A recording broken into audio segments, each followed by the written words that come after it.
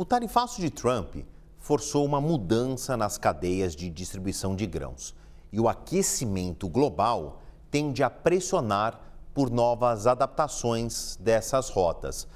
Vamos entender melhor esse cenário com o Rodrigo Costa, analista de mercado especializado em commodities agrícolas da Pine Agronegócios, com quem a gente conversa aqui por videochamada. Rodrigo, obrigado pela presença. Não que eu queira ser o alarmista aqui, nem a trombeta do apocalipse e tal, mas falando de aquecimento global, uma vez que nós estamos às vésperas da COP30, Conferência do Clima, que já todo mundo olha com outro olhar, sabendo que teremos de tomar atitudes importantes, e essa aqui no Brasil. Vamos começar por linhas superficiais e depois a gente tenta aprofundar mais.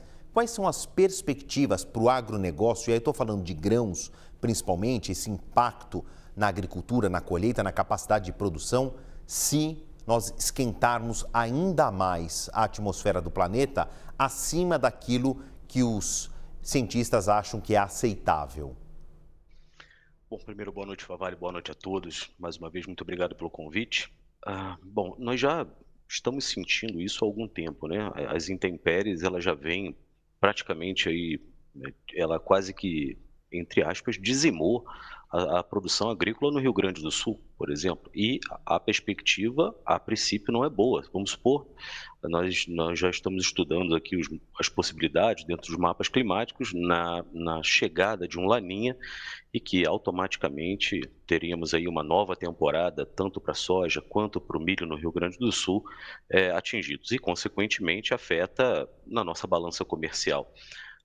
O mesmo ponto acontece, por exemplo, com o mercado do café. A bienalidade já foi praticamente perdida. O café ele possui uma bienalidade, primeiro de alta, depois de baixa, uma superprodução, depois uma baixa produção, e por conta do clima já bagunçou todo o cenário. E não é só aqui no Brasil, a gente, por exemplo, sente isso também no Vietnã. A produção de café por lá ficou altamente comprometida justamente por questões climáticas e há uma perspectiva de melhora agora para essa safra. Então, dado o cenário conturbado geopolítico, onde há uma reorganização, né, das exportações e importações, não bastasse isso tudo, ainda tem a questão climática, onde nós estamos vendo em algumas regiões grandes quebras de safra, potencial produtivo reduzindo.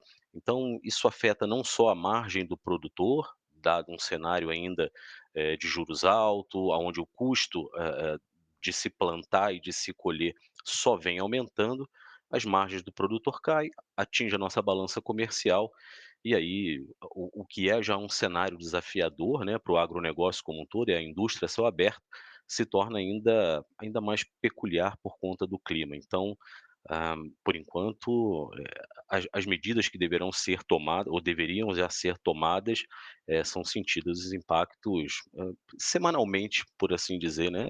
O clima muda muito rápido e as perspectivas agora, com uma possível entrada do Laninha, pode ser que para essa temporada agora, a nossa próxima safra, fique um pouquinho mais, bagunçado o cenário interno, por assim dizer. Rodrigo, não que eu queira ser alarmista e para provar para todo mundo que o que nós estamos falando aqui não é apenas uma perspectiva baseada em achismo. Eu fui atrás aqui de dados, eu consegui, junto com a nossa equipe de videografia, montar uma série de dados que nos corroboram, né? Vindo aqui de 1970, o aquecimento e aqui o limite fixado pelo Acordo de Paris, que era de 1,5 graus Celsius mais de temperatura média na atmosfera até o final do século. Essa linha branca aqui, que parece um cometa, ela mostra as variações. E essa linha vermelha aqui, uma espécie de uma média, né, de crescimento da temperatura, que tem aqui, ó, 1,39 graus Celsius, temperatura estimada em abril de 2025. Se no Acordo de Paris se sinalizava 1,5 até o final do século, provavelmente nós estamos batendo ou batemos agora em abril de 2025 1,39. Calma que vai piorar, né? Porque as projeções mostram que até o final do ano, talvez 2025, 2026, cheguemos a esse limite de 1,5 graus Celsius. E o gráfico mostra uns pontos isolados de quando, em datas específicas, passamos da temperatura média de 1,5 graus. Isso aqui são as projeções de aquecimento baseadas em dados tabulares. Aqui, este gráfico é o que mais me chama a atenção e aí eu preciso da sua expertise para a gente entender nessa projeção futura, Rodrigo. Quanto mais alaranjado, amarelado, avermelhado neste mapa, e aqui a gente tem grandes cinturões agrícolas, né? Na África, na América do Sul, significa, essas cores mais quentes, é um prejuízo para a agricultura, uma perda de capacidade no Sudeste Asiático, na Austrália. E essas cores mais esverdeadas, que a gente tem como partes mais geladas do planeta, ficariam menos geladas e talvez mais favoráveis a alguns tipos de cultura. Ok, Rodrigo, mas sabendo que o bolsão agrícola do mundo, vamos dizer aqui, esse Sunshine Belt, né? Esse cinturão verde agrícola está na parte do Equador para baixo. O que deve ser o impacto na nossa capacidade de produção de alimento se a gente olhar mais para o final do século, hein? Por enquanto, as perspectivas, por exemplo, para a próxima safra, como foi a safra de soja e de milho agora, foram muito positivas, tá? Aqui nós colhemos uma safra recorde do milho de inverno, a safra de soja também foi muito boa, apesar de nós termos tido aí, efeitos pontuais justamente por conta do clima, ocasionando atraso na semeadura. ah, Nós já vimos, por exemplo, de 3 anos de forte incorrência climática, aonde destruiu mais de 50% da safra na Argentina. Então, por lá, os nossos hermanos tiveram aí prejuízos acumulados durante pelo menos 3 safras, agora que houve uma recuperação.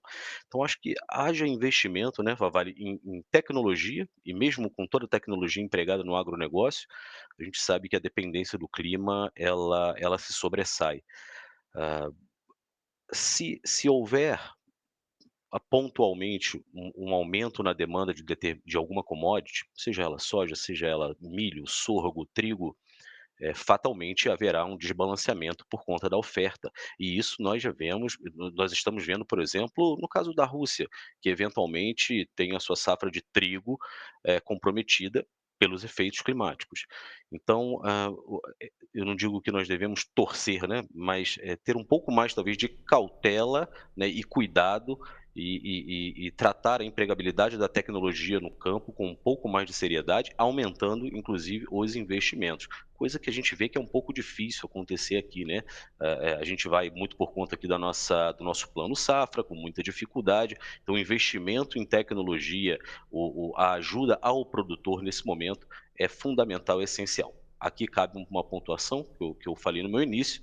Veja o que aconteceu recentemente no Rio Grande do Sul e as expectativas, pode ser que o cenário seja alguma coisa similar, tá, com a incidência de um possível laninha.